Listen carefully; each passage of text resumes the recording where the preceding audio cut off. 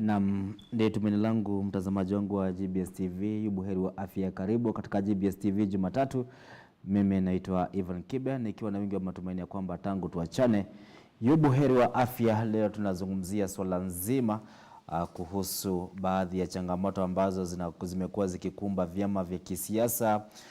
Sijui niseme uongozi wa kiimla, dictatorship katika uongozi wa vyama. Tutakuwa tunazungumzia masuala mengi, tukijua kwamba leo chama cha Jubilee kinafanya mkutano wake ambao wanasema the national delegate ama NDC yao inafanyika hii leo. Not forget na kwamba taifa la Kenya juma hili linazidi kujiunga na mataifa mengine duniani kuadhimisha ama kukabiliana na ugonjwa wa nasuli. Ugonjwa wa nasuli katika lugha ya Kimombo wanasema fistula. So kwa hivyo singetaka tuzungumzie hayo kwa wakati huu.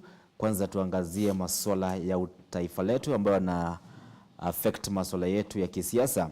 Na ndani ya studio niko na mgeni ambaye tutakuwa tunazungumzia swala hili na yeye si mwingine, anaitwa Daktari Frank Safu, na singetaka nipoteze muda zaidi, ningetaka nimweke hewani. Good morning sir. Good morning sir. Ile umesikia mimi ni Daktari Samuel Frank Safu. Na siku ya leo Mungu ametubariki angalau tukaweza kuongea na Wakenya kuhusu mambo ambayo yanatuhusu. Ndio sababu tuko hapa kwa ajili yenu. Ningetaka kwanza nitoe shukrani zangu sababu ya kutenga muda wako kutupambia asubuhi ya leo. Najua kwamba Jumatatu tulijaribu kukufikia katika ile njia nyingine lakini kazindikana, lakini hii leo tumeweza kukupata moja kwa moja. So kwa hivyo ningetaka nikupatia dakika moja uweze kuwakaribisha watazamaji wetu ndani ya mazungumzo yetu siku ya leo. Asante sana Bwana Kibe hata kunipatia nafasi kama hii kuweza kuongea na Wakenya. Nataka nichukue fursa hii kuwakaribisha Kenya pote walipo na watazama, ili tukaweze angalau kuongelea mambo ambayo yanatuhusu sisi kama Wakenya, kwa sababu hii inji ni yetu na hatuwezi kutoroka katika inji yetu kaenda mahali pengine, bali ni kukua katika hii inji. Kama kuna shida uweze kutatua hizi wenyewe. Sasa tuko hapa kuongelesha Wakenya kwa sababu ya mambo ambayo yanatuhusu.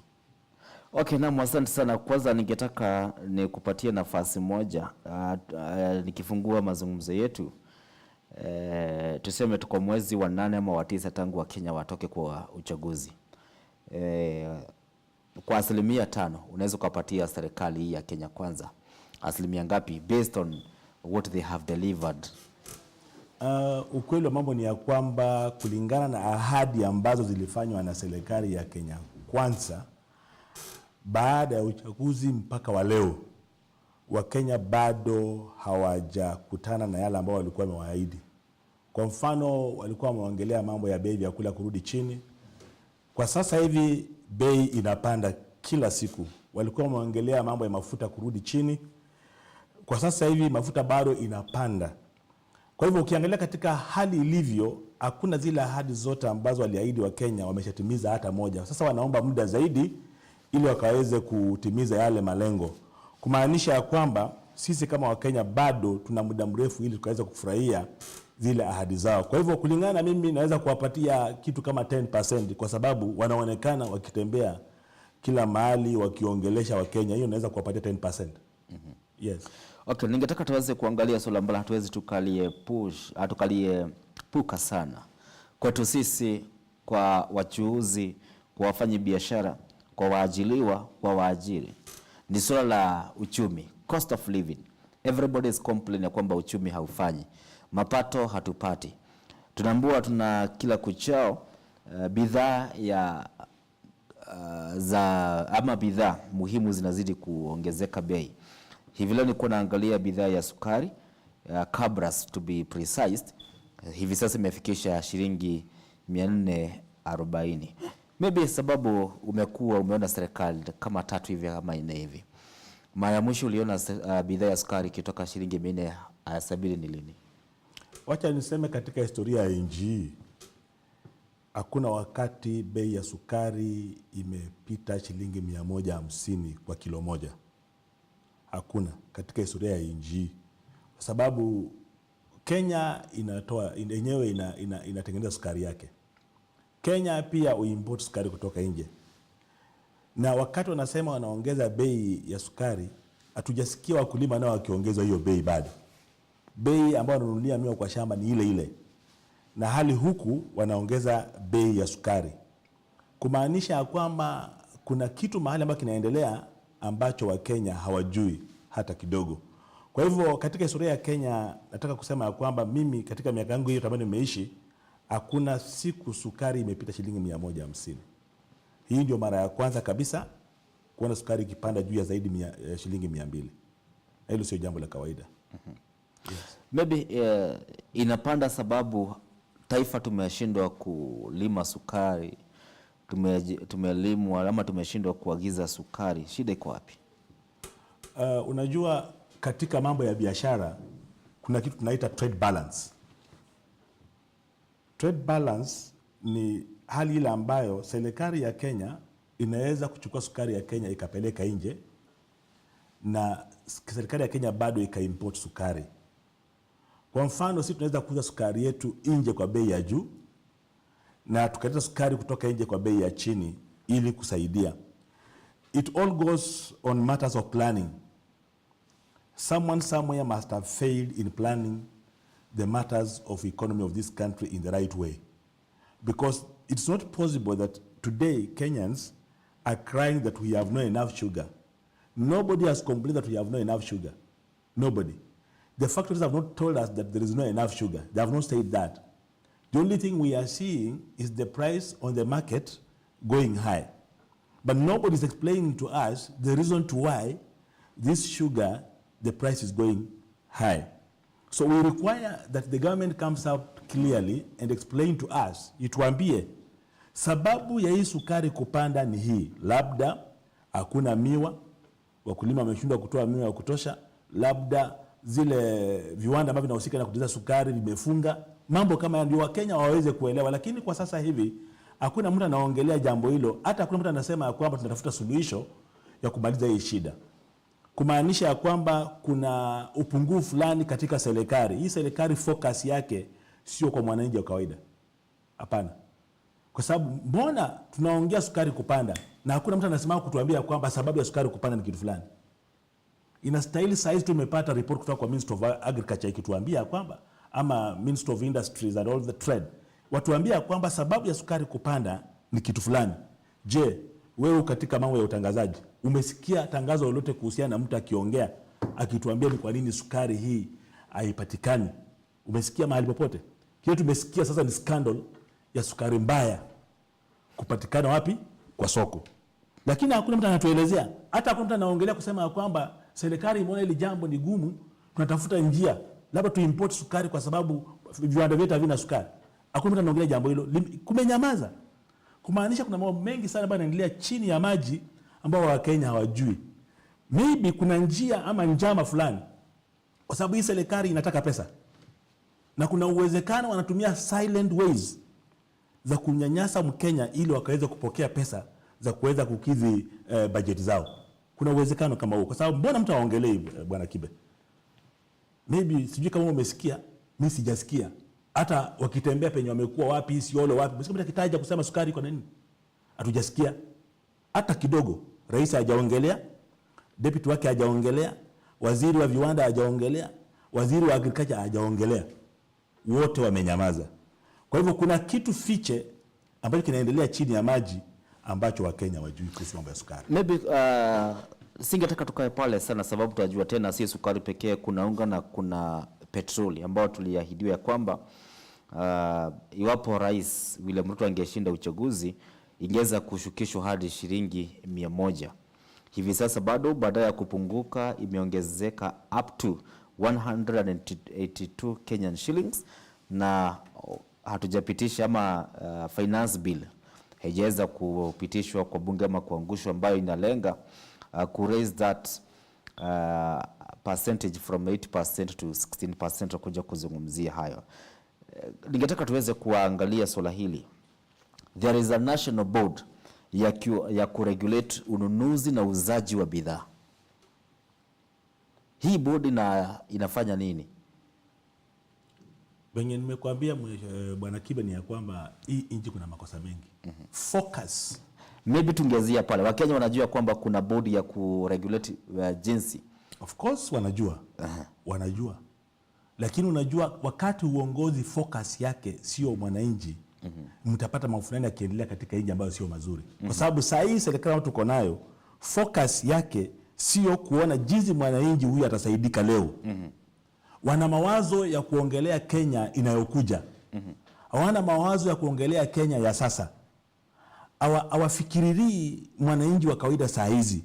Wanajaribu kufikiria mwananchi miaka 10 inayokuja. Na unajua venye nchi iko saa hii, Wakenya wako na njaa. Wakenya wako na kilio. Yes. Kwa hivyo hiyo bodi ambayo inaongelea ipo.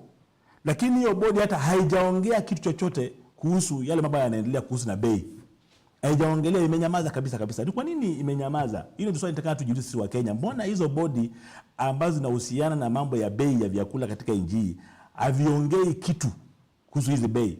Wamenyamaza. Kumaanisha ya kwamba lengo la serikali sio kumsaidia mwananchi wa kawaida. Lengo la serikali ni kutafuta jinsi utakavyopata pesa za kuweza kugizi bajeti yao. Kwa sababu vyombo vinaohusika haviongelei mambo ya bei ya vitu hata kidogo. Wao wamesema unga ni shilingi 182, hapana. The cheapest flour on the market now is 199. The highest one is now at 257. So the prices are increasing day by day. And it's because the bodies you are talking about are not there. Inaitwa price control. Yeah, they are not in control of the prices. Why? Because Kenya operates on a liberal economy. You see, we have what we call liberalization. That's what I know of. And now someone talks about price control. How can you control and if there is liberty? A manufacturer has the power to fix price. The retailer has the power to fix his own price. Because you will go in shops. This shop, they are selling this price. Another shop, they are selling another price. Why?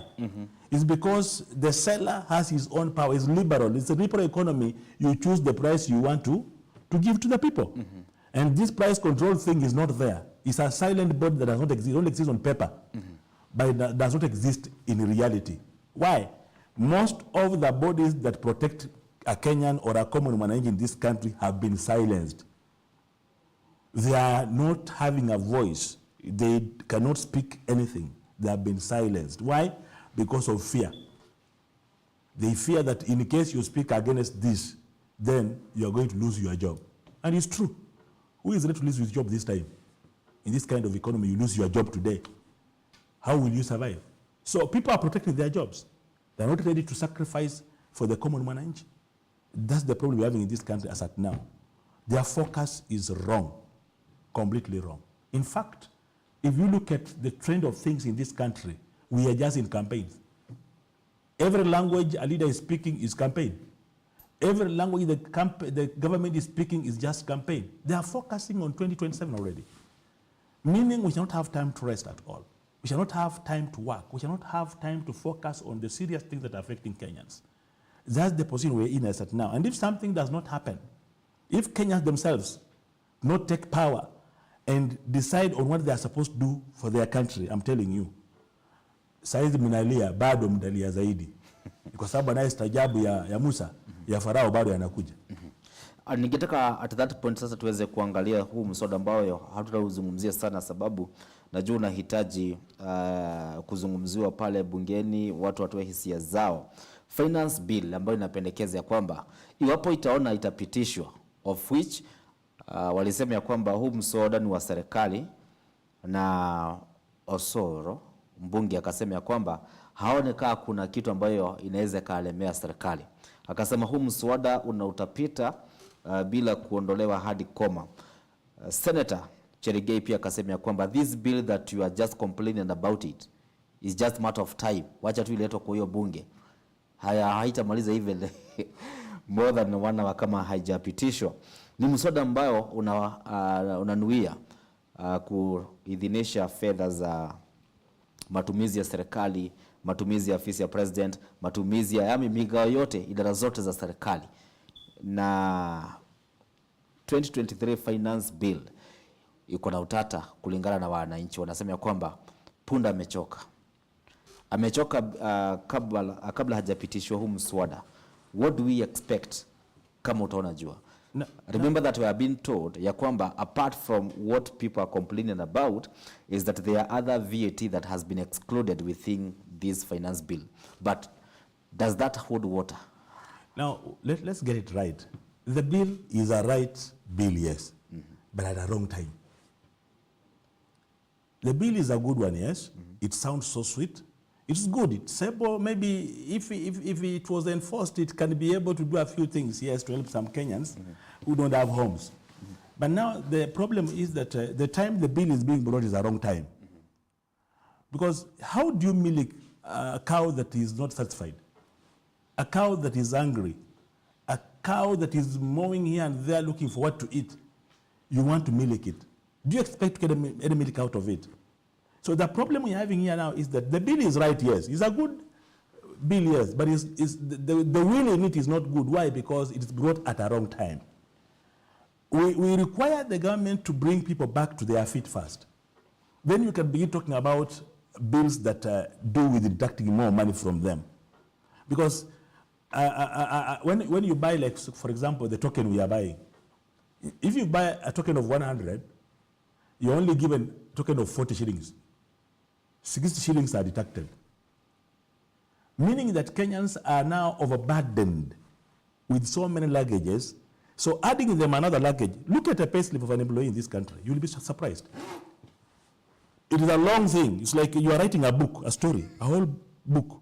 Because it's a very long thing. So many deductions on it. So this is a person who is already committed. The salary is already committed beyond, in that he cannot even continue even borrowing any money. And here you are now coming in with a bill that you want to deduct money from this particular person so that you can be able to fund a project. Fine. It's a good idea, but it has been brought at a wrong time. Why? It should not also be a blanket thing. No. Development is a personal initiative. It's me who wants to grow. You don't need to force me to grow. You can give me your idea, but I don't need to take your idea. No. Growth is for personal initiative. I do it when I want to do it myself.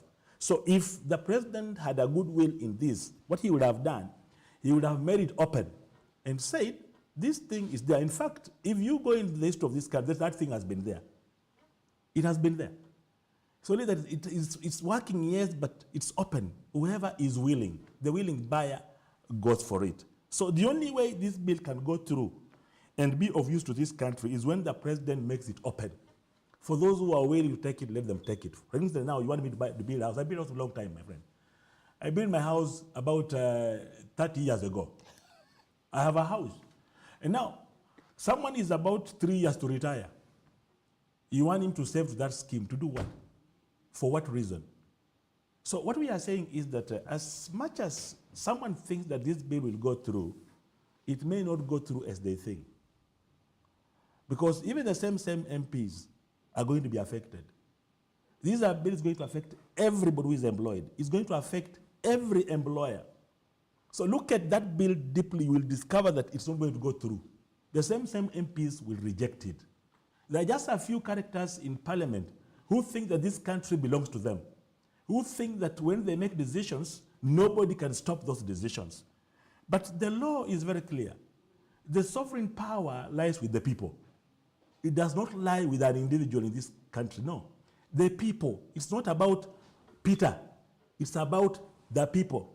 Meaning the power to control, the power to do things in this country finally stops at the people. In fact, the Constitution begins, the preamble of it explains that very clearly. That fine, these are the laws of this land, these are the regulations of this land, but the whole thing stops at the people. The people are the ones who have the power. So what we are saying is, if someone thinks that bill will go through, believe me, it will not go through. Because it is a burdensome bill.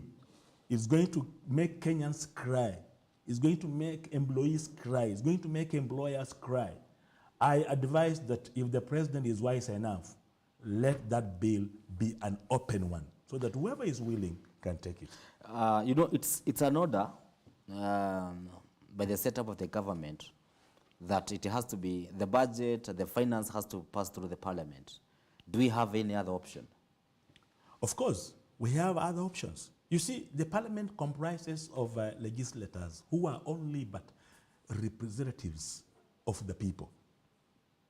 The people have the powers to call back those representatives and tell them, you are going back home.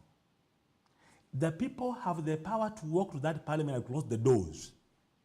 They have that power. They can walk, march to the parliament and close the doors, no MPs entering here. And then, because it belongs to the people. The parliament belongs to the people. It does not belong to this government you are talking about. No. The parliament belongs to the people. Why? The people who are there are only but representatives of our people. They represent millions of people. Those people are sitting there. So people down here at the grassroots have the power to go and remove their representative, have the power to tell their representative that if you are going to parliament to do this, we shall not work with you in this journey. So the people have the power. The power is not with the parliament as such. The power is with the people. It must be known and go down clearly.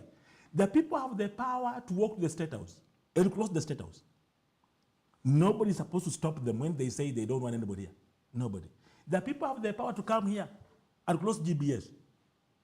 Today you can come in the morning and find people locked the gate. You will not come in. They have the power. The power, the law of this land gives the people the power. As long as our people have come together and they have their views, somebody who is in leadership must listen to them. So let us not think that because we have members of parliament, they have power to do the things they want. No. Let me tell you, if things continue the way they are going on like this in this country, people are going to suffer rejection. Their leaders are going to suffer rejection. It's going to come a point where when you come to address us, we shall tell you no. We shall run away from you and leave you. Or we shall send you away. Or we shall heckle you. So we shall not allow you to speak to us. That time is coming. Why? Because the leadership is not creating an environment where people can calm down. The leadership of this country requires to sober up and begin creating an environment where the country can calm down. But as we speak, as at now, the country is not calm. People are suffering, people are crying, people are hungry, people are complaining every day. And when you are leading a country where people are complaining, people are crying, people are not able to sit down and relax, you can't sleep. People sleep thinking. People walk thinking. People do everything thinking. It means that there is a big problem. So the leadership needs to sober up and calm down, narrow down, and know that if they are the leaders, their responsibility is to all Kenyans and bring them down, to calm people down. Let the spirits of the poor calm down. Then now they can be able to put across what they want. And they should be able to address the really problem. Listen, my brother, the Kenyan problem now is not house. It's not about house. No. The Kenyan problem now is food.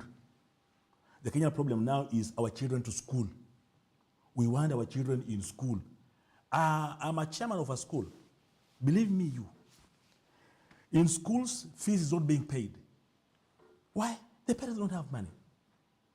The principals are going through hell. Whatever the government gives to schools is not meant for boarding. It's meant for tuition. And therefore, the schools are finding it very rough to maintain students in school. Why? Because they are hungry. There is no money. Parents don't have money at all. So what is the government supposed to do as at now? It's supposed to look for solutions to those main small problems that are directly affecting the immediate problems. The immediate problem now for Kenyans is food on the table. That's the immediate problem. It's not about house. You want to tell me that when you give me a house, I'll sleep hungry in it? Give me food, I can get energy to build. You are telling me that you want to create employment for me to build houses. How do I build when I'm hungry? Someone who is building requires to have eaten.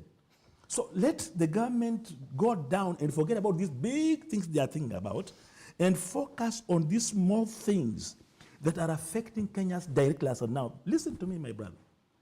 Now the language you want to hear is, how do we get food on the table? That's the language you want to hear. Let us not go into just the funny things they're talking about, housing, what. No. Kenyans, there are those who sleep on the streets. They don't have houses. Why can't they address those problems? There are boys in streets now. There are many young boys on the streets. There are many young girls on the streets. They are sleeping on the streets. They have no houses. Why can't the government look for solution for those ones instead of bothering other people? Let me tell you, the leadership must sober up and begin thinking on the immediate solutions that affect Kenyans. Asante. Tukirejea tena tuchukue break fupi, tutakuwa tunaangalia baadhi ya kigezo ambacho mmekiguzia. Ni kigezo ambacho kinahusiana na sekta ya elimu, na tutakuwa tunaangalia higher learning. Nilikuwa ninaangalia going forward, maybe from wale kuwa watakuwa na join universities, maybe from next year you might spend almost 2 million kupeleka mwanafunzi shuleni. Tutafakari haya kwanza.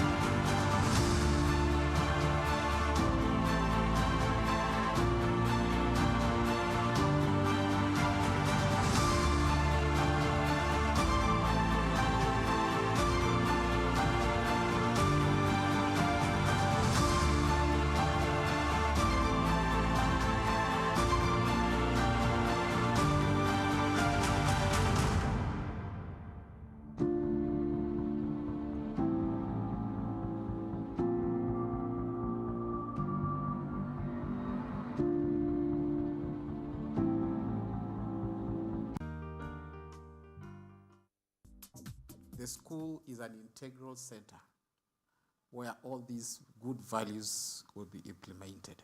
Today on the show, we are talking about parents-teachers relationship. The parent is the cornerstone of the success of any child. Psalms 127, verse 3. Behold, children are a heritage from God, right?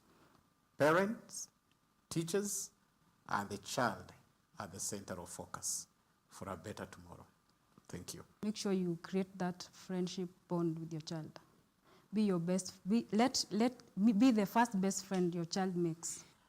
What are the things that are leading to suicidal cases? It's good we talk about these issues on our televisions like what we're doing here now, in our radio stations, in our churches, in our schools, so that we enlighten the society. What can cause and how do we avoid it and how do we take care of the mental health of our young people? How do they communicate from where your children are schooling? Okay, thank you so much. For me, I always check the diary every single day. Because number one, I understand the homework that they are given or the assignments. Every time that they're given the assignments, it is noted down on the diary, and I have to sign the diary. Parenting in the 21st century, the dispensation in which you and I are in, and the bigger community, has drastically changed.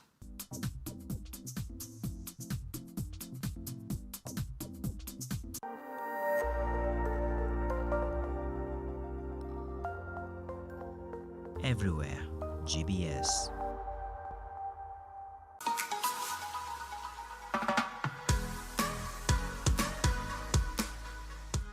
Okay, naam, karibu tena mtazamaji wangu wa GBS TV. Naona muda wangu umekimbia sana, saa 2 na dakika 6. Karibu mheshimiwa, tuzungumzie hili swala ambalo linahusiana na elimu na specific, ningetaka tuangalie the higher learning. Ukiangalia masuala ambayo huenda wanafunzi watapitia changamoto maybe going forward from next year, or maybe kwa wale ambao watakuwa wanarejea iwapo watakuwa affected na fee structure. Kwanza tuweze kuangalia swala hili. Sekta ya elimu ya juu ukiangalia inaendeshwa kivipi? Number one, let us get it very right that every Kenyan child is entitled to education. Is a right. And the government in place is supposed to ensure that this child is in school. Right from pre-primary, secondary, up to the university. So at the moment, the government begins tampering with whatever helps a child to be in school, then this government is heading for worse. Because there are people in this country who cannot afford university education at all. For example, we have homes. Maybe some of us spend a lot of time in the cities we may not understand exactly what people in the village are going through. Me as a person, I've had time from last year to interact with the community very well. I've been able to move deep into the village to get to the poorest homes in the village. You discover that in those homes, we have very bright children. These children cannot go to school because their parents cannot afford fees. Number two, someone is talking about the rich paying for their own children fees. That's good. The reason behind help loan was supposed to supplement the student in the university. There are people who are rich, yes, but they don't support their children being in the schools. As much as they may be able to pay the fees, they don't support these students in other needs, because it's not just about paying fees. When it comes to the university, it requires that apart from fees, more money has got to be given to this child so that he can be able to sustain himself as a person, because university education is designed in a manner that a child is independent. He depends on himself. He's got to find a way to have breakfast. He's got to find a way to have lunch, find a way to have dinner. But now, if someone says that he's going to remove help and give only to those who deserve to get, who are these people that deserve to get? That's the question we need to answer. According to me, every Kenyan child in the boundaries of Kenya deserves to get that money. He deserves to be given that loan if it's a loan, because after all, it's a loan. It's not a donation that is being given. It's a loan that will be paid for by the end of the day. You like it or not, this money will pay at a given point.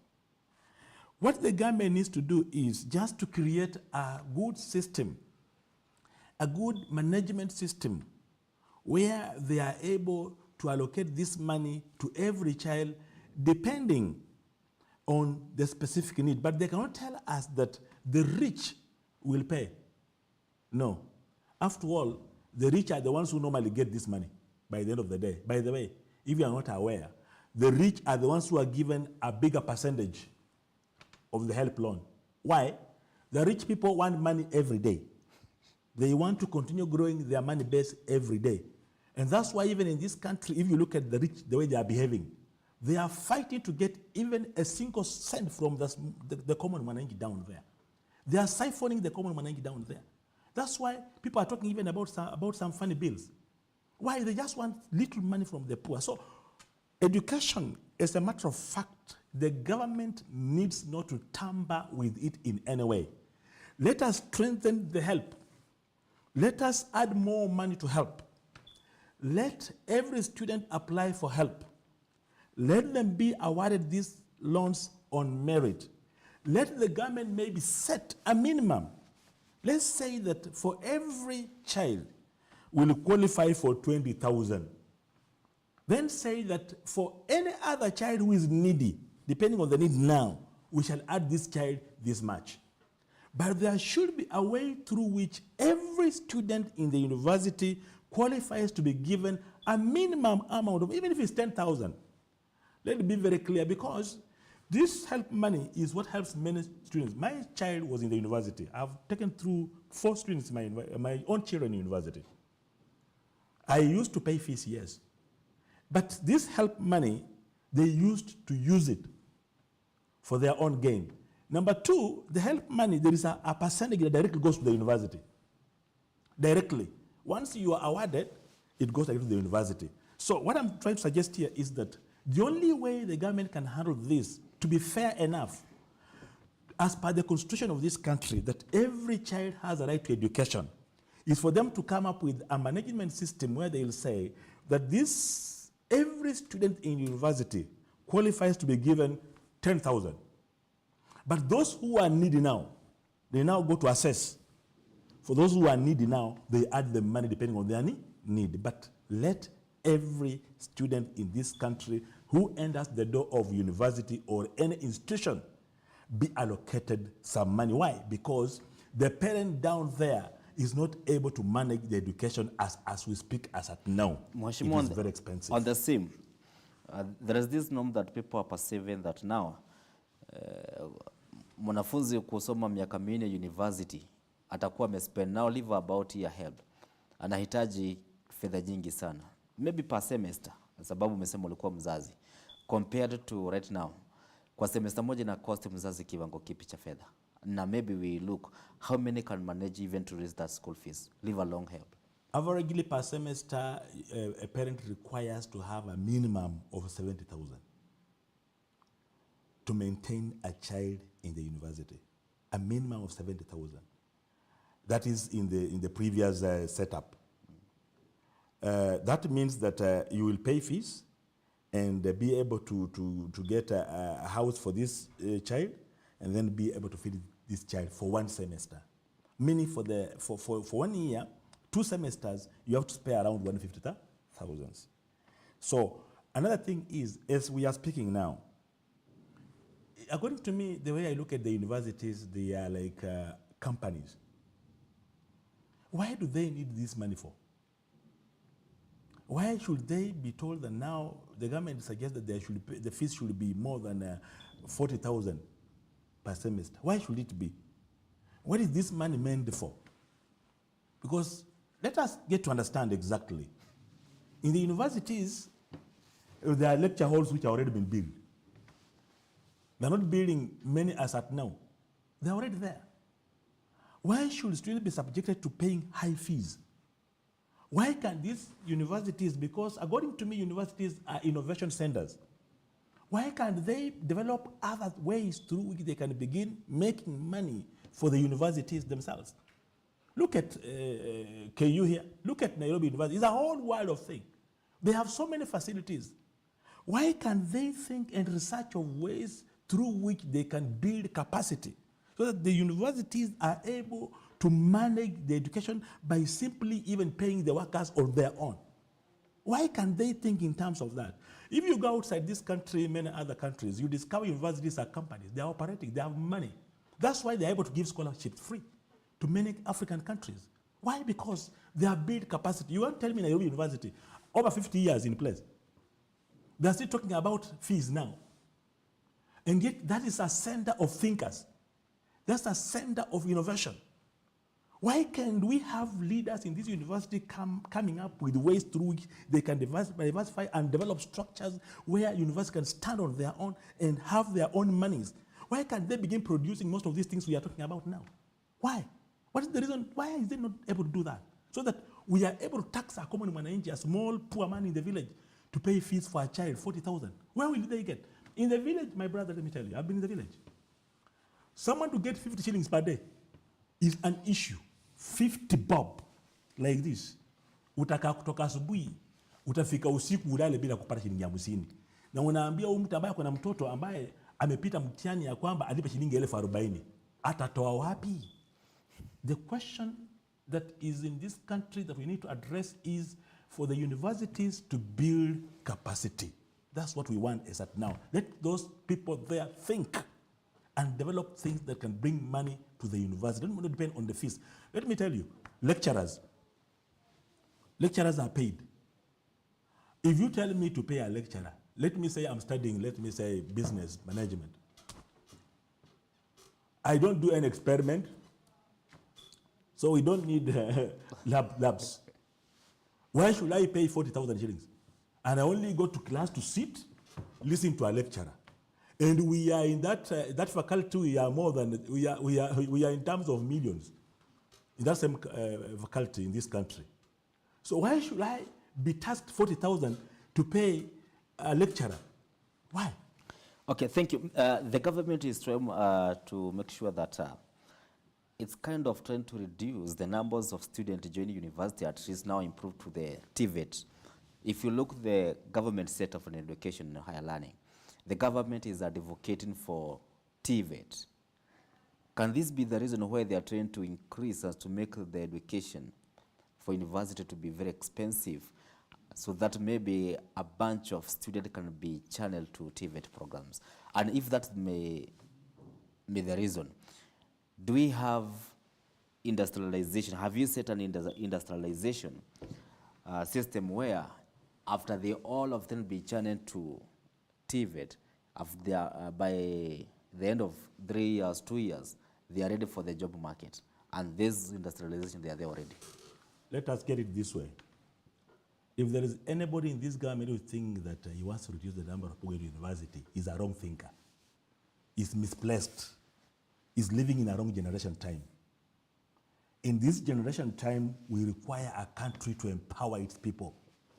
The country that has best brains, the country that has educated people, has little to do, because these people will think right, they'll do things right. So if someone is thinking that by reducing the number of people going to the university helping this country is killing the country, what is supposed to be the focus, my brother here? The focus should be, how do we better these institutions to become centers of production? How do we better them?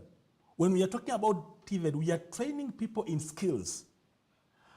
Why should we wait until when this student graduates is when he's sent out to the market? Why can't we create a market within the same sender? That when we are going through the course under the TVET program, we are also doing something. Using the skills we are getting, we are doing something and therefore generating money. A friend of mine was talking to me about America. Why do we run to America? Because the institutions of America develop a working environment where they create employment in themselves. So let us stop thinking about reducing the number of students going to the university, but begin thinking about increasing the number of people going to the university. Because that's where we want the country to be. That's where we are heading to. An educated country is a powerful country, is a respected country. We require as many people in this country to reach the university. We want as many people to be doctors. We want as many people to acquire the highest levels of education in this country. So someone should not think about us reducing the number of people going to the university, but should be thinking, how can we better these institutions to receive more students? And let us focus so much on making these institutions industrious, but in themselves, they are able to create employment. So that when people even are within the TVET, for example, they are studying and they are doing something. We don't need to send people for attachment outside the institution, no. We require to have programs within the institution that are industrious, that are factory-oriented. They are doing things within the same environment. They are going for attachment in the same environment. They are earning a living within the same environment. That's what we need to be thinking about. Our institutions should be self-innovative enough to create employment within themselves. Okay, thank you. Ningetaka tutoke hapo tuweze kuangalia suala la ugatuzi. And people are complaining. Last week niliona mwenyekiti wa baraza la magavana akicomplain ya kwamba kuna baadhi ya services ambazo zimekatuliwa ambazo serikali the services have been devolved, but the services are there with to mwananchi or with mwananchi, but the government is not releasing you devolved the service, but at the same time you also devolve the money. So the problem comes where the services are being devolved, but the fund have been left cool at treasury. And now people are perceiving that we are killing devolution, or we are not meaning well for this devolution. I want to say this, my brother. If there is anything that has helped this country, that has changed everything in this country, is devolution. If there is any sober-thinking leader somewhere, he needs to put his energies on devolution. Because devolution is one way that has made the government to reach each and every person, each and every citizen in this country. I sometimes said it here. In all my lifetime in the place where I come from, there was no bridge. I used to cross to my home to do a very funny thing. But because of devolution, I can see a bridge. Why? Because when you talk about devolution, we are saying that it's a smaller unit. It's easier for someone, leadership adapted, to know the problem of the common man down there. There are things the president cannot know. But a governor and his team, is very easy for them to know, because a county is a small unit.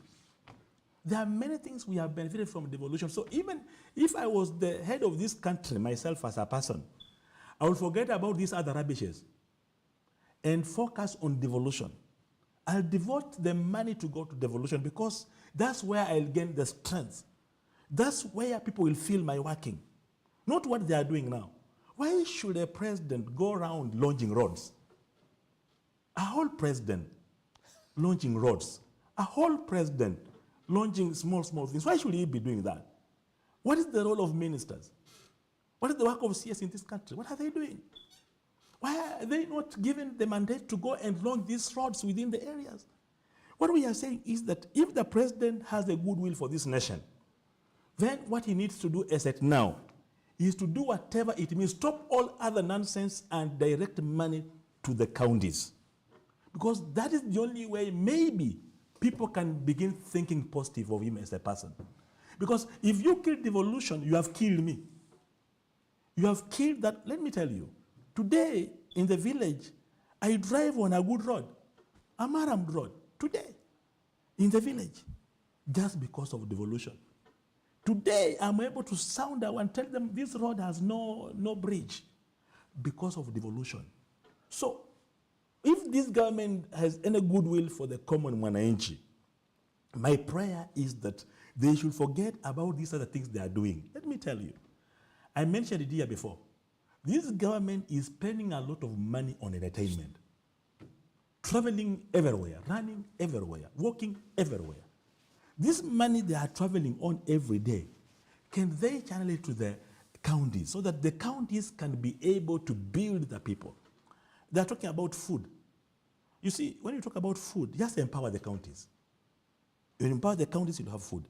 Empower the counties, you'll have good medical facilities. Empower the counties. All these things are running to the counties. So my prayer, my brother, is that if there is anything the president can do, let him forget about the 23 bill, I don't know what, and focus on removing money from the central government, taking it down to the counties, because that's where the life of this country is. It's on that spirit that the MCAs across the country, they are demanding for water fund, they are demanding for increments. Is it in wakati mwema wa kuitisha hii water fund? Now, you see, a ward is a government.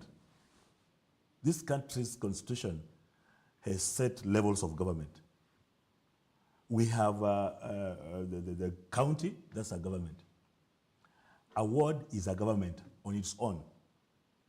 So if we have money going to the MCAs, say MCAs are given like even 100 million, believe me, that money will translate into something immediately. So it's just the right thing for them to do. What am I saying in a simple language? Can we stop concentrating on the top and go down? Because that is the slogan of, you see UDA or what? Kenya Bottom Kwanza. up. Bottom up. Let them clarify that by simply taking things from up to the bottom. So that when money goes to the MCA, if an MCA gets, say, 100 million, let me tell you, 100 million in a ward is like gold. If you took 100 million award, within 1 month, it will translate. People will be having water, people will be having good bridges, people will be having, you will see very many things happening within a very, very short. In fact, that's where the magic is. The magic is with the word. If the government can find a way to create a bill where the MCAs can be given money and that money is properly managed, let me tell you, the magic of development, the magic of change in this country is at the word. Because that's where the secret is. So for me, I want to back the MCAs for that. And advise that if there is any way that can happen, let it happen as soon as today. Because that's where the president will gain a name. That's the place where they'll say, this man has worked. Let me tell you, who worked? People don't understand. For us who traverse this country and go in the villages, we know what we are saying. President Uhuru, as much as people are throwing stones at him, that's the man who worked in this country. That's the man, as much as we are feeling the pain of loans and what, I'm telling you, it has translated on the ground. Maybe some of you had never walked around Nyanza. Nyanza is a place that has been forgotten forever. Today you go to Nyanza, you'll be surprised. There are many tarmac roads, there are many good roads, there is movement everywhere, you can move comfortably well. So what I'm saying is, let this government focus and look at what the MCA are suggesting as a tool to make for themselves a name. And believe me, if today President Ruto did that today and gave MCAs money, let me tell you, he'll not struggle 2027. Okay, thank you. Let now maybe tuingie ukurasa wa pili wa mazungumzo yetu siku ya leo, na mazungumzo yetu siku ya leo sasa, we have discussed issues and matters affecting Kenyans. Education, tumeweza kuzungumzia health, tumeweza kuangalia kidogo tu, tukasema ya kwamba more money need to be devolved. Tukazungumzia kuhusu education, but leo tumeweza tu time ambayo imeturuhusu kuangalia tu the higher learning ama masomo ya juu. Nikitaka tuweze kuangalia issues now, the politics, maybe for the remaining 30 minutes. Tuweze kuangalia swala la siasa. Tulitoka kwa uchaguzi na tukakuwa na serikali mpya. At least kuna watu ambao walikuwa na goja, we stop this politics. New project, new promise every day. But even after having the new government, it is still, it's like it's on its own campaigning. The other side of Azimio, maandamano, and you don't know what has happened. Watu wanafeel kana kwamba hata kama niyo maandamano tumechoka nayo. Not because the maandamano haimaanishi vyema kwetu, but because we can't see any goodwill. Hatuoni matunda. What is happening in this country? Does it mean in the endeavor tutakuwa tunatoka kwa uchaguzi, politics after politics, politics after politics? As a leader, in between politics and maendeleo, which one should take the high percentage? Now, I think immediately after elections, we expect a country to go on, to take a turn from politics to development. We expect that, we expect to feel that change. We expect that immediately after the elections, we expect that the leaders take charge and they move from politics to delivering the promises they made to wananchi. That's what we expect. We also expect that people understand what democracy is. Democracy gives the power of choice. Even in the Bible, God has given us the power of choice. And democracy calls for power of choice. When choices have been made, Kenyans need to understand that once we make choices, we need to give choices time to work out. For example, in this country, we have a problem. The democracy we have is not playing at all, because the same people who are in power fight the same democracy. Democracy in this country is exercised mainly through parties. For us to get to politics, we need parties. Parties as vehicles to take us there, meaning these parties are defining the choices of people are making. So every party comes up with its own slogans, with its own ideologies. And therefore, these ideologies become the driving force of every party.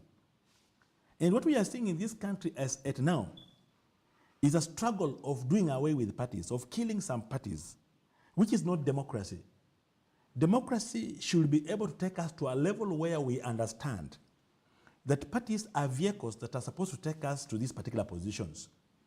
And parties are supposed to be built to be strong on their own, standing on their own. That no other party is supposed to interfere with matters of another party.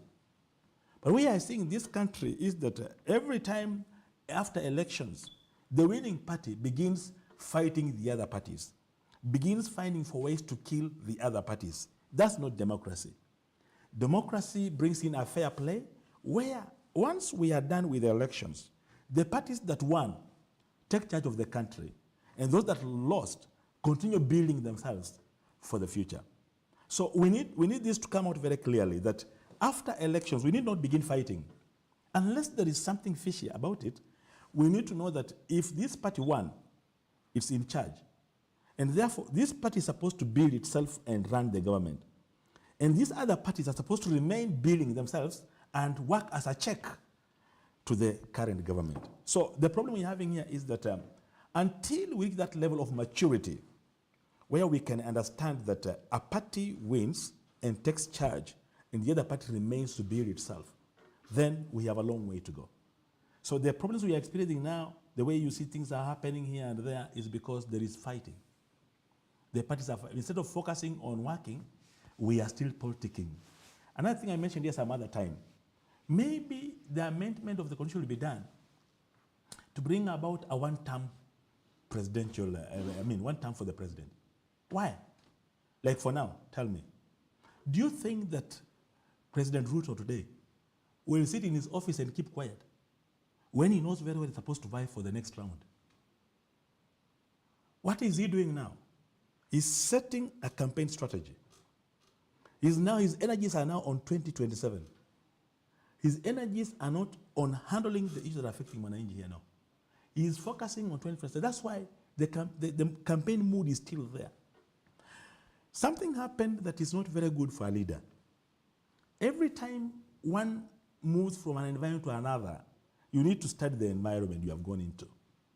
The mistake we have now is that when the president was declared the president and inaugurated as the president, he never stopped somewhere to relax and reorganize himself, understand the environment he has gone in. He went in that environment with an assumption that he knows. And that's very dangerous. A person's shoe, you may not know where it pinches. It's required that when the president attained the seat, he was supposed to relax for 1, 2, 3 months without us hearing him talking. He was supposed to keep quiet, understand the system, understand how this presidential office works, because he had never been there. He was the deputy president. He was not the president, so he doesn't know how that seat works. He required to sit and have some 1, 2, 3, 4 months just to understand how presidency works. Unfortunately, he moved in presidency and assumed that he knows everything. Those who were there didn't know what they were doing. And he came in with the mind of fixing everything. And that's the danger that he got into. And then in the course of that, he has continued speaking every day. You know, a president speaks policies. The word of a president in any environment is a directive. Whatever he says, it does not matter what he says. As long as he's saying something, it can be picked and be implemented. It is by his word, because he's the king, he's the head. When the head speaks something, it's not taken as a joke. So as we see, as now the president is still going around, the same language he was using during the campaign is the same language he's using today. The same promises he used to make during the campaign, the same promises he's making today. Everywhere he's going, he's making promises. He's making promises. And all these promises translate into economy. Does the people have capacity to handle all those promises? Because he's not the one to handle them. Whatever promises he gives is meant for you, the common Mwananchi, to fund it. So the question is, if they have not been able to fulfill the other promises, the ones they promises, and now they are adding more promises wherever they are going, do you think that a Kenyan, a common Mwananchi, will be able to fund that project? He will not. So what I'm saying is, the president at this point, if he wants to play it safe, he requires to go quiet. He needs just to go quiet and not speak much, because between the time he was inaugurated and now, he has made another 1,001 promises to every place he goes. And all these promises are very heavy. They are not light promises. They are not buying sweets and buying beef for children in school. No, there are things that are involving billions and billions of money. And yet the same government is complaining we have no money. The same government is saying there is no money to fund these projects. And the same government is promising many, many projects. So the question is, when will our president rest? He may not rest, because the gear he has taken, there is no time for him to rest. I pray that he now takes a break, like 1, 2 months without talking. He leaves the ministers to continue doing their work, so that they can be able to be fed. Where they need something, they go to him for advice. But let us not hear his voice now. Let him go down as a leader and relax and receive information and advice, so that he can be able now to bring the country to calmness. But the more he speaks, the more fires, the more he speaks them. Because wherever he goes, he has two things he's doing. He's either inciting or promising. He's inciting or promising. Listen to the deputy when speaking. What does the deputy do? He either incites or promises. Those two things are dangerous for a leader. In any case, if he has to succeed, he needs to calm down for at least 3 months. We don't want to hear his voice. Na sasa tutafika kilindini, tukirejea tena tukuja kuzungumzia NDC ya chama cha Jubilee hii leo, ambacho hatujui mwenye kitu wake ni Sabina Chege ama ni former president Uhuru Kenyatta. Hatujui katibu wake ni Jeremiah Kioni ama ni Kanini Kega. We are coming na mengi zaidi. Hii ni GBS TV Jumatatu.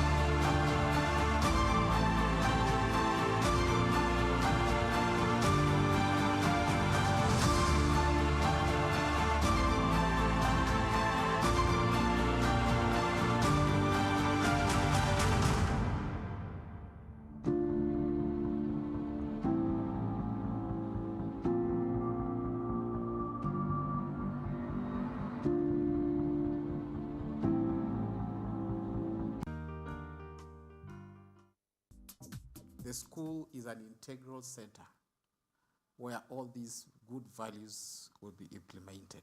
Today on the show, we are talking about parents-teachers relationship. The parent is the cornerstone of the success of any child. Psalms 127, verse 3. Behold, children are a heritage from God, right?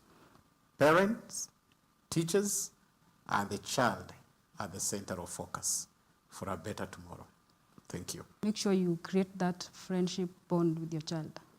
Be your best, be the first best friend your child makes. What are the things that are leading to suicidal cases? It's good we talk about these issues on our televisions like what we're doing here now, in our radio stations, in our churches, in our schools, so that we enlighten the society. What can cause and how do we avoid it and how do we take care of the mental health of our young people? How do they communicate from where your children are schooling? Okay, thank you so much. For me, I always check the diary every single day. Because number one, I understand the homework that they are given or the assignments. Every time that they're given the assignments, it is noted down on the diary, and I have to sign the diary.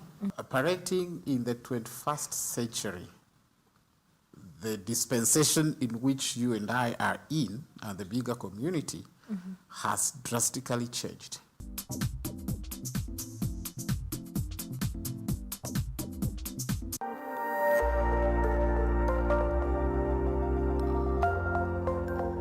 Everywhere, GBS.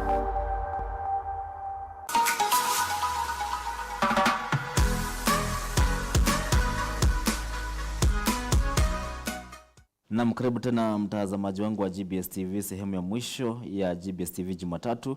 Na ambayo niko salamia na Jogo Trench Coat pamoja na Double M, John G Bagaria, Mamanyi Boni baba yao na wote ambao wametuma jumbe zao, Jane wa Githurai, Mary Queen, Virginia Njeri, na wote ambao wanazidi kutuma jumbe zao, Mary Minza na Kare Steve, Carol Wanyweke, wote ambao wanatutazama wakiwa katika sehemu tofauti. Wananiambia ni kuwasalimia. Maybe tuweze kusikia kutoka kwako mheshimiwa. Katika chama cha Jubilee, in between the former president Uhuru Muigai Kenyatta and Sabina Chege, who is the party leader? Okay, as it stands as now, the party leader is our former president, Uhuru Muigai Kenyatta. You know, this country, there are funny things that are going on. There are some cartels that are just created to to destabilize some organizations.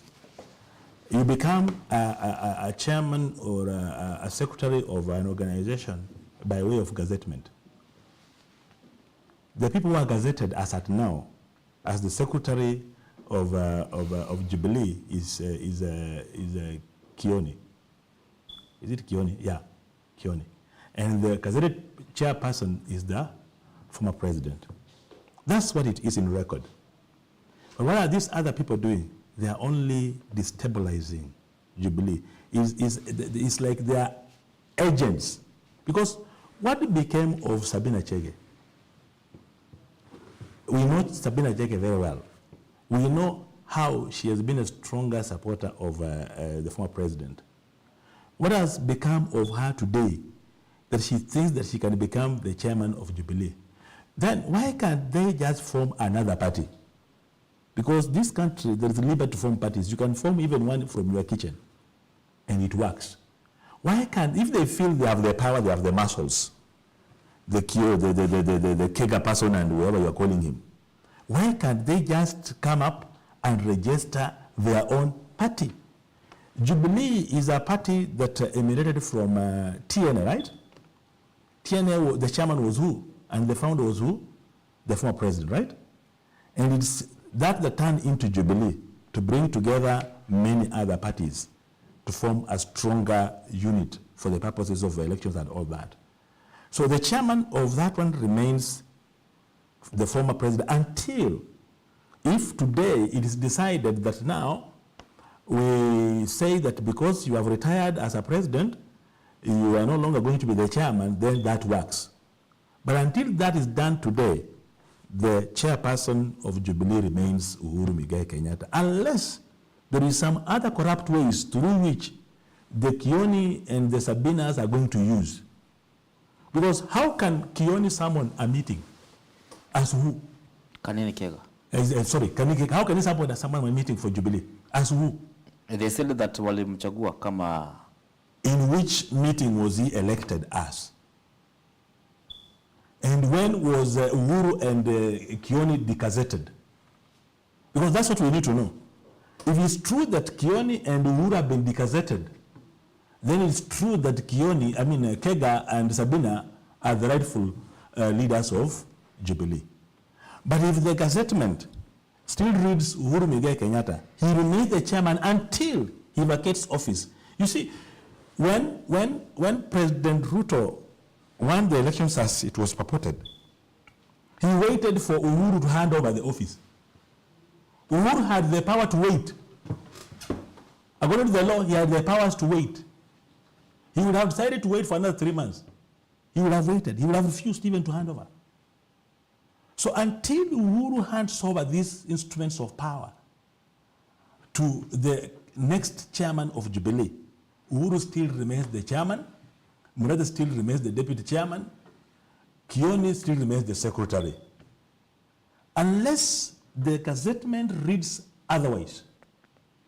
That's what it's supposed to be. So these cartels, these people who are just coming up somewhere, wakes up somewhere, and begins forming themselves somewhere and begins fighting others, and then someone is supporting them to do that. What is their interest? After all, the elections are over. What are they fighting over?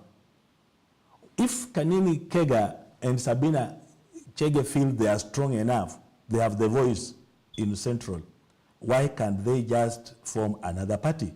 Just like what people are saying, kingpin. The kingpin of West Central today is who?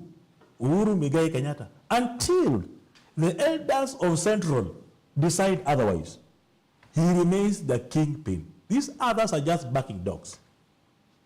They are not the kingpins of Central until, I don't know what they normally give the kingpin, in the elders. There is something they give him. He's supposed to hand it over back to them to give to another person. Today, as we speak, Central as a clan or as a tribe or as what is going to suffer a curse according to the culture of the Kikuyus. Because they are attacking their kingpin, a person who is holding the instruments of power of the Kikuyu nation. They are attacking him, they are abusing him, they are doing all this. So in their culture, if you go in the culture of the Kikuyu, they respected this man so much that nobody will dare to point their finger at him. And now what are young people doing? They are pointing fingers at him. They are forgetting this man is holding that mantle of the cultural leader. So by the end of the day, many, many young people in that area are going to suffer the consequences of what they are doing, according to the culture of the Kikuyu, because these things will affect them. So we are saying, as we speak, as at now, the chairperson of Jubilee is Uhuru Muigai Kenyatta. The secretary is still Gio. Maybe in 2 minutes, where do you think that this battle, it's just in Mount Kenya? When you go to Western, after election, mambo yote ile kanyamaza. You go to Bonde la Ufa, after election, vita vya kisiasa viliisha. You go to Coastal Region, uko mambo iliisha. You go to Eastern, mambo iliisha. You go to Northeastern, mambo iliisha. Why only in Mount Kenya? The question you need to understand is that Mount Kenya is a battleground. Mount Kenya is rich in votes. And whatever is happening in Mount Kenya is actually being catalyzed by specific people within the government with their personal interests. What are they doing now? You know, for a long time, Kikuyus or Central Kenya has been united as one. For a long time in the history of this country, that is the only group that used to vote as a bloc. But as we speak, as at now, they have allowed in confusion. They have allowed other people to come in and penetrate them. And for that reason, there is someone who is seriously working in Central Kenya to destabilize them so that it can cause disunity. After causing disunity, Central is not going to have a voice.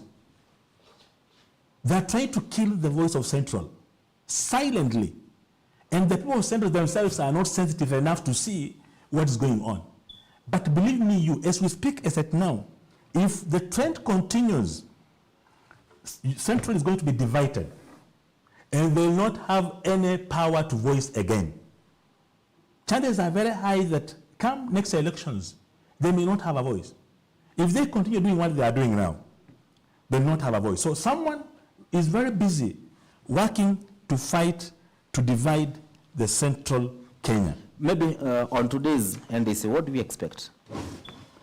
In this NDC, from my own readings, I know their focus will be on the matters of economy, yes. It will be on matters of democracy, which is being attacked left and right. And I'm also aware from my own thinking that there is every possibility that people like Kega, people like Sabina might be banned from the party. Meaning that once they are banned, because they are where they are, goodwill of Jubilee. Like the Kega man is in the EAL because of Jubilee. So at the moment they are banned from Jubilee, then it means they are going to relinquish those positions. And that's why these guys are fighting. They are trying to fight to see if they can gain relevancy, if they can use those orthodox methods to see if they can push out Uhuru and Kioni so that they can take a position, so they can remain intact. But believe me, you, today's resolutions, chances are very high that Sabina Chege and Kega might be sent out of Jubilee. And when that happens, now there is going to be another battle again. Now the battle, because UDA is interested in Jubilee, very much interested in Jubilee. It was because it knows Jubilee is a stronghold in Central. So if they have to penetrate Central properly, they need to kill Jubilee, so they can be able to penetrate and have a voice in Central. But as long as Uhuru is alive, it's going to be very difficult, because Uhuru, he is now going to be active in politics. He is not interested in the package they are giving, because the only thing the tag put on is that if you don't stop active politics, then you will not get this. So Uhuru is ready to forego the package, but Uhuru is still young enough, he's going to remain in politics. And therefore he's going to be more active. And if Uhuru is going to be more active in politics, then believe me, you, Ruto will not sleep. And that's why he's scared. And he's trying to find, using other people, to fight so that Jubilee can be weakened to die.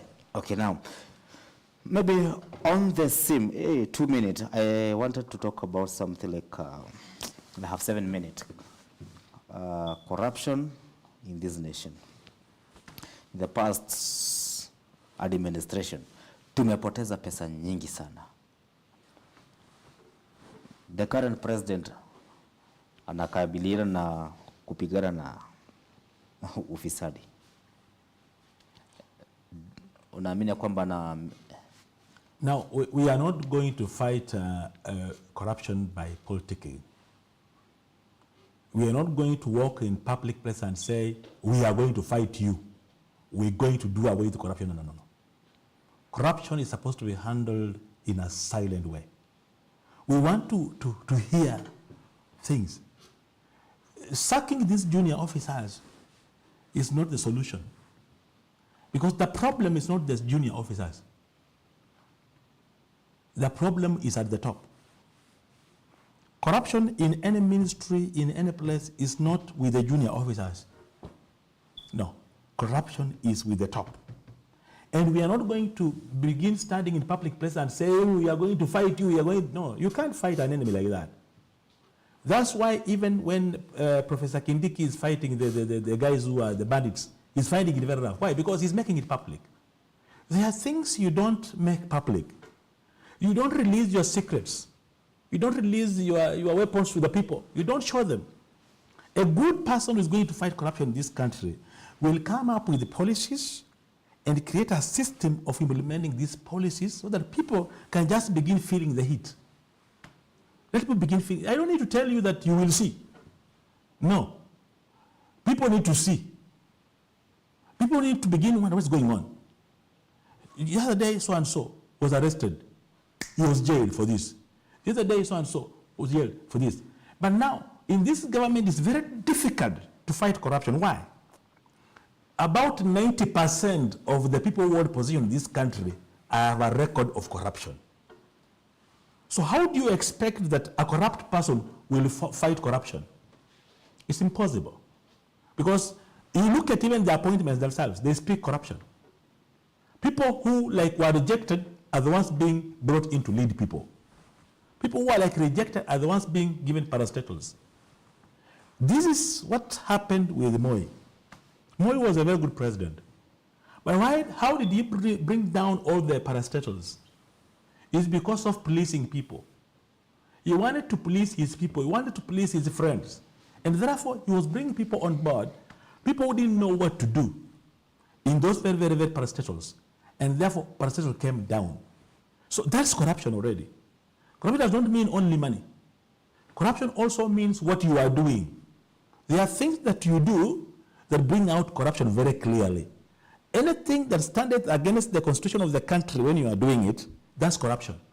Because either way you are discriminative, either way you are not giving things equally. If you are not giving things equally, that's corruption too. Because why are you not giving equally? You're supposed to give them equally.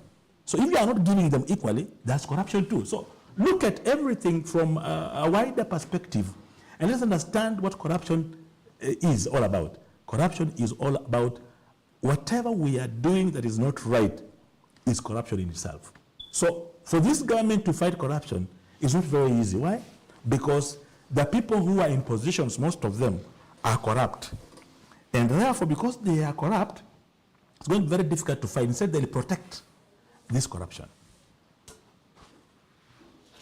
Okay, thank you. Tuko na dakika 3. I think nitakupatia 1 minute uweze kuaga mtazamaji wetu tafadhali.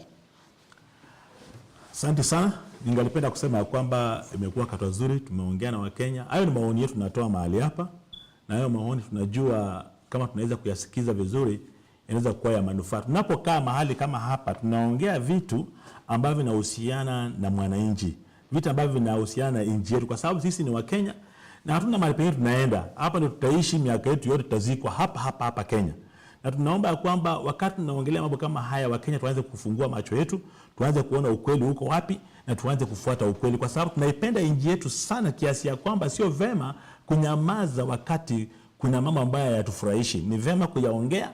Tunapoyaongea kuna mtu mahali usikia na hatimaye huyu mtu huanza kutafuta njia ya kutafuta suluhisho. Serikali isipokuwa na watu wa kuiangalia na kuongelea mambo ambayo wanafanya, serikali inaweza kufanya mambo mabaya sana. Kwa hivyo tunaomba ya kwamba Wakenya pale mlipo muwe uhuru kuongea wakati mnafinyika, ili mtu ajue kwamba mnafinyika. Otherwise tunataka kushukuru sana kwa kutusikiza na kutufuata kwa sababu tunaongea mahali hapa. Tunaomba Mungu akaweze kuwabariki, lakini lilo kubwa zaidi kwa yote, Wakenya turudi kwa mashamba tufanye kazi, because that's the only way we can save ourselves from what is happening now. We require just to go back and work. Tuanze kufanya kazi kwa mashamba yetu, tulime mashamba, tupande vyakula vya aina mbalimbali ili tuweze kujiokoa na hii hali ambayo tunaita uchumi. Niliwaambia hapa awali ya kwamba uchumi sio mambo na pesa. Uchumi ni kazi ambayo tunayoifanya. Tutaijenga uchumi kwa kufanya kazi ambayo iko productive, kazi ambayo inaleta vitu kwa meza, kazi ambayo inatupatia harvest. Tunapofanya hivyo basi tutaweza kujisaidia na tukaondoa kilio kingi ambayo tunalia kila siku kuhusu mambo ya uchumi. Asante sana. Okay, asante sana mheshimiwa, niseme asante sababu ya kutupambia asubuhi ya leo. Mimi naitwa Ivan Kibe, natumaini nikikuhitaji tena nikutafute, maybe utapatikana. Mimi nikimalizia niende zangu, nataka I cannot advise the president, I cannot advise his advisory. But I think kama mwananchi naweza kuwa na comment niseme kwa hivi. Katika swala la ufisadi, Kenya tuko na historia ya kupoteza mabilioni ya pesa in the name of sacking people, in the name of kuambia watu wa step down wachunguzwe. Na just to mention few cases, like if you can remember ile saga ya Agloresin back years, unaweza kukumbuka the 4 billion in the just previous administration, the 4 billion ziweza kupotea. Talk about NYS, hizo fedha zote hazijairudi kwa mwananchi, lakini kuna watu kwa njia moja ama nyingine wali step down wachunguzwe. No, we are talking about 3 billion ambazo zinapotea katika kule KEMSA. I think I have a comment. Niseme hivi, wacha kufuta kazi, wacha kufuta watu kazi, wacha kuwatuma nyumbani, because it's just like you are giving them a good send off ya kwenda ku celebrate ama ku enjoy the Kenya's money. Rudisha watu kazi, warudishe pesa za mwananchi. Wacha kufuta watu kazi, sababu 3 billion zimepotea, warudishe kazi, warudishe 3 billion kwa mwananchi. Bye bye. Thank you.